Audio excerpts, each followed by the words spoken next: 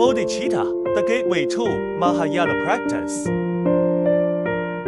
Okay, let's take a deep dive into this discussion about Buddhist practice.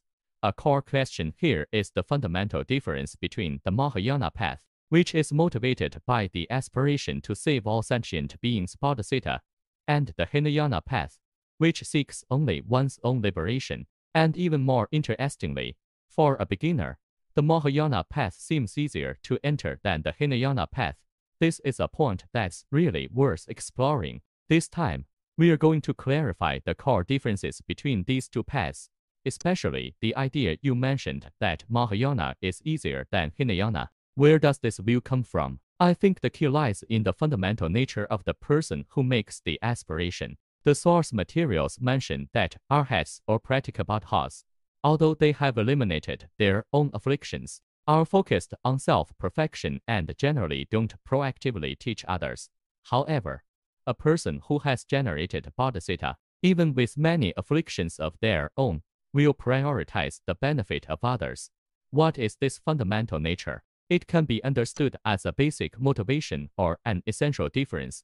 Just like you said, the essence of gold and iron are different. Therefore, the aspiration to save all sentient beings is Mahayana, while the aspiration for one's own liberation is Hinayana. These two motivations determine the fundamental nature of the practitioner.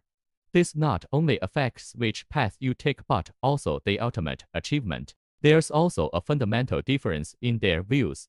Hinayana tends to see all things as truly existent, meaning their existence is solid and real, but Mahayana sees them as illusory, as in, realizing that these phenomena are like a dream or a bubble, not truly existent. So, you can see how difficult it would be for an arhat, who is accustomed to purity and sees all things as truly existent, to shift to the Mahayana path. Their fundamental view is already fixed, and their ingrained habits are very strong.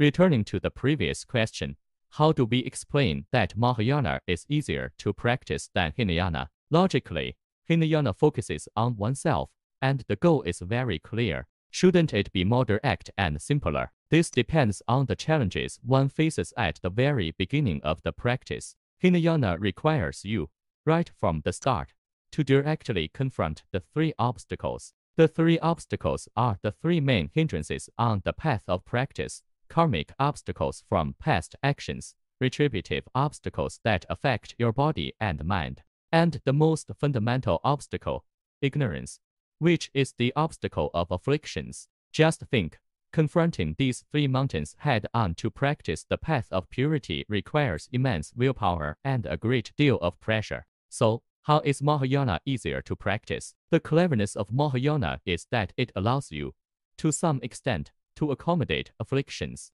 or even to use them to practice the path.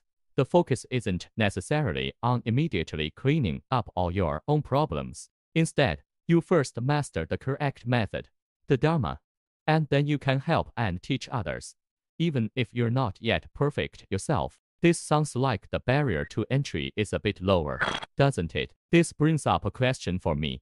If I'm still full of afflictions, won't there be some risk in me teaching others? Might I mislead them? How does the source material address this balance? That's the key. There's a mechanism called mutual teaching and learning.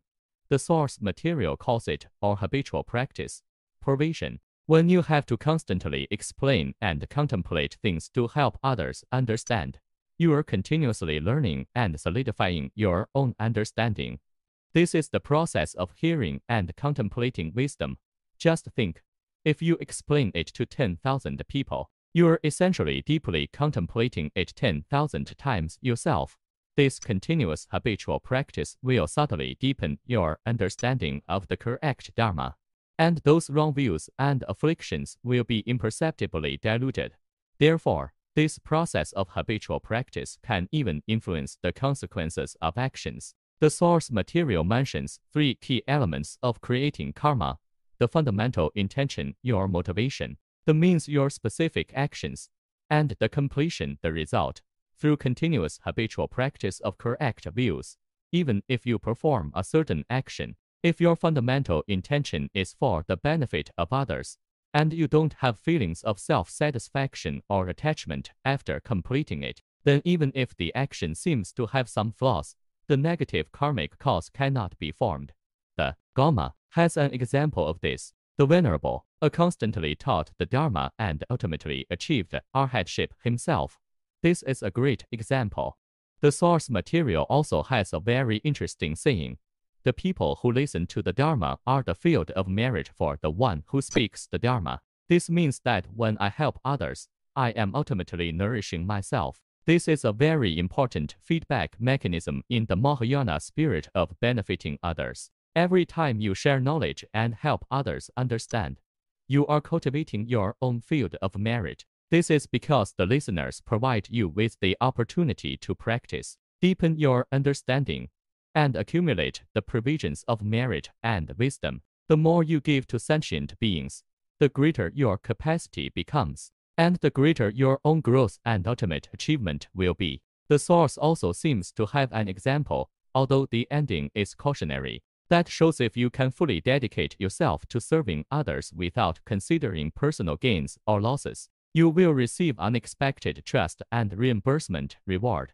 The key is still that heart of helping all sentient beings. This discussion truly shows us the profoundness of Mahayana practice. It's not just about the noble goal of benefiting others. More importantly, it contains a mechanism to transform one's own afflictions and achieve wisdom through the cycle of teaching and learning, giving and receiving. I think one of the most worthwhile points for us to ponder here is that, even if we are still very imperfect and have many afflictions, as long as our aspiration is good and we are willing to share what we have learned and know, this very act is a highly effective path of practice. So, this leads to a question for you. Is there any knowledge or personal insight that you could try to share, and through that process, deepen your own understanding? This might be a direction worth exploring.